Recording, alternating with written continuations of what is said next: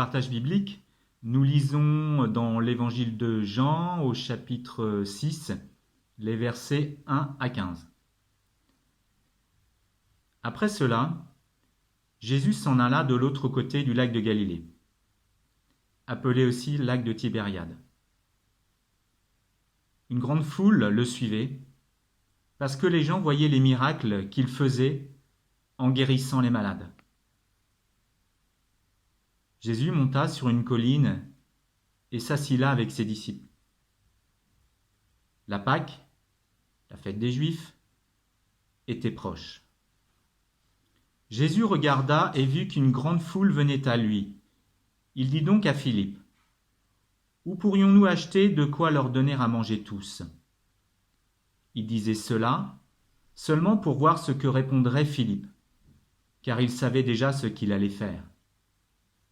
Philippe lui répondit, « Même avec 200 pièces d'argent, nous n'aurions pas de quoi acheter assez de pain pour que chacun d'eux en reçoive un petit morceau. » Un autre de ses disciples, André, le frère de Simon-Pierre, lui dit, « Il y a ici un garçon qui a 5 pains d'orge et 2 poissons. Mais qu'est-ce que cela pour un si grand nombre de personnes ?» Jésus dit alors, « Faites asseoir tout le monde. » Il y avait beaucoup d'herbe à cet endroit. Ils s'assirent donc. Ils étaient au nombre d'environ 5000 hommes. Jésus prit les pains et après avoir remercié Dieu, les distribua à ceux qui étaient assis là. Il leur donna de même du poisson, autant qu'ils en voulaient. Quand ils eurent tous assez mangé, Jésus dit à ses disciples, « Ramassez les morceaux qui restent, afin que rien ne soit perdu. » Ils les ramassèrent et remplirent 12 corbeilles avec les morceaux qui restaient des 5 pains d'orge qu'on avait mangés. Les gens, voyant le miracle que Jésus avait fait, déclarèrent, « Cet homme est vraiment le prophète qui devait venir dans le monde. » Jésus se rendit compte qu'ils allaient l'enlever de force pour le faire roi. Il se retira donc de nouveau sur la colline, tout seul. Ok, merci à Thomas. Nous sommes là pour le 6e partage biblique que nous avons mis en place depuis le confinement. Et cette fois-ci, c'est dans le cadre des partages bibliques, le repas dans la Bible, qui se suivent aussi bien à Dieppe, le jeudi après-midi une fois par mois, que chez Sophie Verhoeven le mercredi soir une fois par mois. Et aujourd'hui, effectivement, nous regardons ce texte biblique qui est du chapitre 6 de l'évangile de Jean. Nous avons déjà vu en Jean le repas de Cana et d'autres repas dans la Bible. Alors, on entre maintenant dans le texte même. Nous regardons que, effectivement, ce texte démarre d'une manière assez abrupte. Après cela, c'est quoi le cela? Le cela, c'est une longue histoire ou une série d'incidents qui se trouvent à Jérusalem. Et tout de suite, nous sommes transportés, presque télétransportés comme en Star Trek, et Jésus et les disciples sont postés, en quelque sorte, au nord du pays, près du lac de Galilée, à Tibériade. Alors donc là, Tibériade était et est toujours un lieu de source des termes et qui sont utilisés aujourd'hui comme des cures pour des personnes avec des problèmes. Et là, on est en quelque sorte dans une région thérapeutique. Ici, à Tibériade, nous ne sommes plus sur ce qu'on aime appeler la Terre Sainte. Nous ne sommes plus dans le territoire juif. Nous sommes ailleurs, nous sommes en dehors. Et Jean veut nous faire comprendre que les miracles ne connaissent pas de barrières, que l'abondance que Dieu nous offre est offerte à tout le monde. Alors dans ce texte, il y a comme d'habitude énormément de questions. Et nous n'aurons pas le temps dans cette petite vidéo de traiter toutes les questions qui surviennent en tout cas dans ma tête, de cette histoire. Est-ce que nous avons ici un miracle? Ou est-ce que c'est un prodige? Est-ce que c'est une parabole? Quel est le sens de cette histoire? Est-ce que c'est un récit symbolique? Et les personnages? Quels sont les rôles que les personnages jouent dans cette histoire? Le petit garçon. Le petit garçon qui offre très peu, mais il offre quand même. Les disciples, qu'est-ce qu'ils font dans cette histoire? Et pourquoi il y a tant de reste? Vous avez peut-être d'autres questions que je n'ai pas encore énumérées là, mais là, il y en a quelques-unes qui vont nous aider à voir un peu plus près dans ce texte. Et comme est toujours le cas dans l'évangile de Jean, il y a toujours des détails. Les détails débordent, les histoires débordent de détails, de signification. Nous apprenons très vite que Jésus monte sur une montagne. Et là, il faut comprendre la référence dans la Bible de la montagne, le lieu où Dieu a donné la loi à Moïse, le lieu de rencontre souvent des prophètes comme Élie, le lieu où se trouve aussi le temple à Jérusalem. L'herbe est abondante. Là, on a tout de suite en écho le psaume 23, qui est placé là, cette référence, pour nous faire une anticipation de ce règne de Dieu qui va venir. Et Jean nous dit que c'était au moment de la fête de la Pâque. La Pâque qui démarre le trajet à travers le désert, où le peuple d'Israël était nourri par la manne chaque jour, et en abondance, le dernier jour de la semaine, pour pouvoir passer le jour de sabbat. Donc, la Pâque, c'est l'annonce de la libération anticipée, que les lecteurs de cet évangile devaient comprendre comme Jésus, parce que pour Jean, Jésus est par excellence l'agneau pascal qui va être immolé au moment de cet agneau qui est offert pour le repas de la Pâque. Je fais référence à un autre passage, un autre partage biblique que nous avons déjà vu, cette histoire. Donc, nous sommes au moment d'un repas comme le premier signe dans l'évangile de Jean, à Cana, où, encore une fois, une autre parallèle, nous avons aussi une situation de manque. Et la réponse à cette manque, ça sera de surabondance. Et le verset clé dans tout ça, c'est le verset 11 dans l'évangile de Jean, là, 6,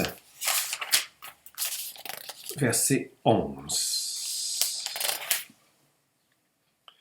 Alors Jésus prend les pains, il remercie Dieu, et il les distribue aux gens qui sont là. Il fait la même chose avec les poissons. Il leur en donne autant qu'ils veulent.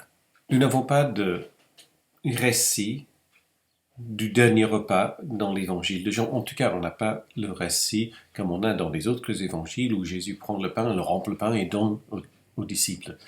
Le plus proche que nous avons, c'est ce passage-là dans le chapitre 6 de son évangile, où Jésus fait ces gestes que le pasteur ou le célébrant fait au moment de la Sainte Seine, de prendre, rompre et partager. Et nous avons là quelque chose qui indique que le miracle ne se produit pas sans une certaine organisation. Et Jésus ne fait pas de miracle de rien, ex nihilo. Et Jésus sert de ce qui est déjà existant devant lui. Le peu qui est disponible est mis à disposition. Et Jésus fait appel à ses disciples, non pas pour le miracle, mais pour la suite du miracle. Il faut comparer les passages dans les autres évangiles pour voir l'importance de cette différence, de ce détail. Donc, en Matthieu chapitre 14, Marc chapitre 6 et Luc chapitre 9, nous avons trois parallèles de cette histoire où tous les éléments sont là. La foule, le repas, les disciples et les restes. Ce qui est différent chez Jean, c'est l'arrivée de Gaston et le fait que c'est Jésus tout seul qui s'occupe de la distribution. Il n'y a pas mention de faire appel aux disciples dans l'évangile de Jean. Les disciples sont là pour s'occuper des restes. Les 12 paniers, le symbole de la totalité, de la perfection. Comme si Jean veut nous dire que le travail de l'Église est de faire en sorte que rien n'est perdu, que tout est ramassé, que tout le produit de Dieu, rien n'est perdu.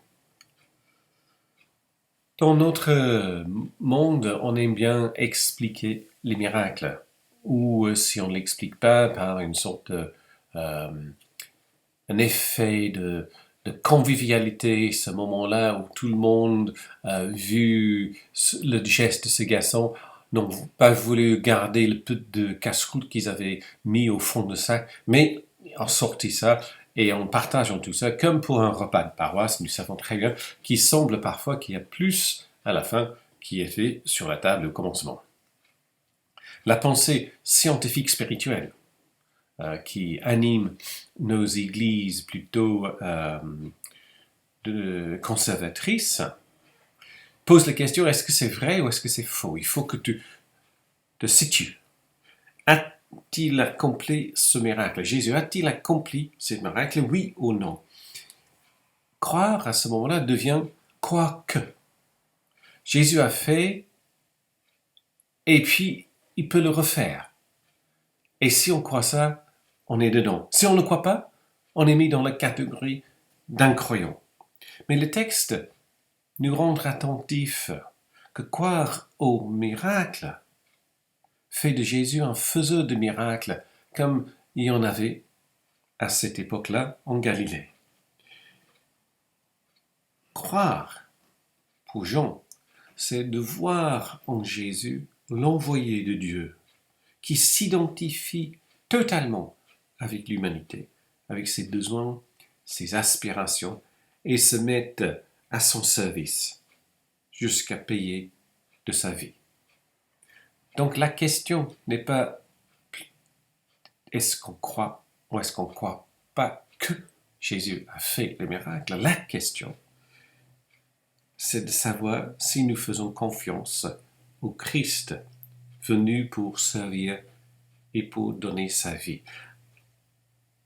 Si la réponse à cette question est oui, la deuxième question, quel est mon rôle?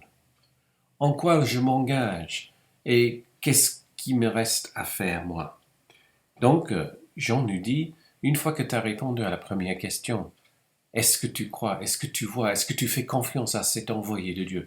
Et puis oui, parce qu'il a besoin de toi. Il a besoin du peu que tu as et que tu sois prêt à offrir. Pour mettre à sa disposition ce que nous avons, la foi que nous avons, le peu de foi, le beaucoup de foi, ou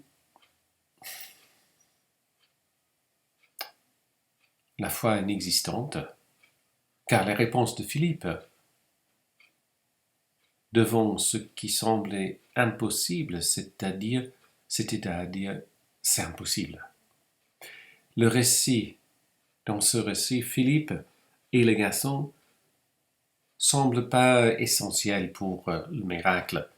Après tout, Jésus aurait pu prendre les pierres par terre et puis les transformer en pain.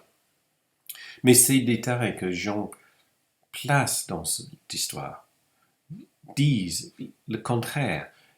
Ces détails, l'existence de pas de foi de Philippe et de peu de foi du garçon nous rend le récit réel, tangible, physique, matériel. Dieu prend et agit à travers les lois de la nature et ce qui est existant. L'espace de l'action de Dieu se trouve dans le monde actuel, tel qu'il est. Donc le réel que nous avons à notre disposition, que nous sommes prêts à mettre à la disposition de Dieu, est essentiel pour que Dieu puisse faire son activité dans le monde. Et puis, avec ce peu que nous pouvons porter, nous laissons agir Dieu en nous et à travers ce que nous portons. Et notre quatrième action, c'est de accueillir et recueillir les fruits pour poursuivre notre chemin. Car l'abondance, cette totalité parfaite, nous dit que notre foi a un avenir. Ce n'est pas quelque chose qui stagne, car son avenir se trouve aussi dans ce que nous sommes préparés et ce que nous sommes prêts à partager. Le dérisoire n'est pas rien. La grâce de Christ le fait fructifier. Et puis pour terminer, une question. Qu'est-ce qui dans votre vie peut être mis à la disposition de Christ pour l'accomplissement de son dessein pour le monde, même si cela peut paraître dérisoire? Bonne réflexion.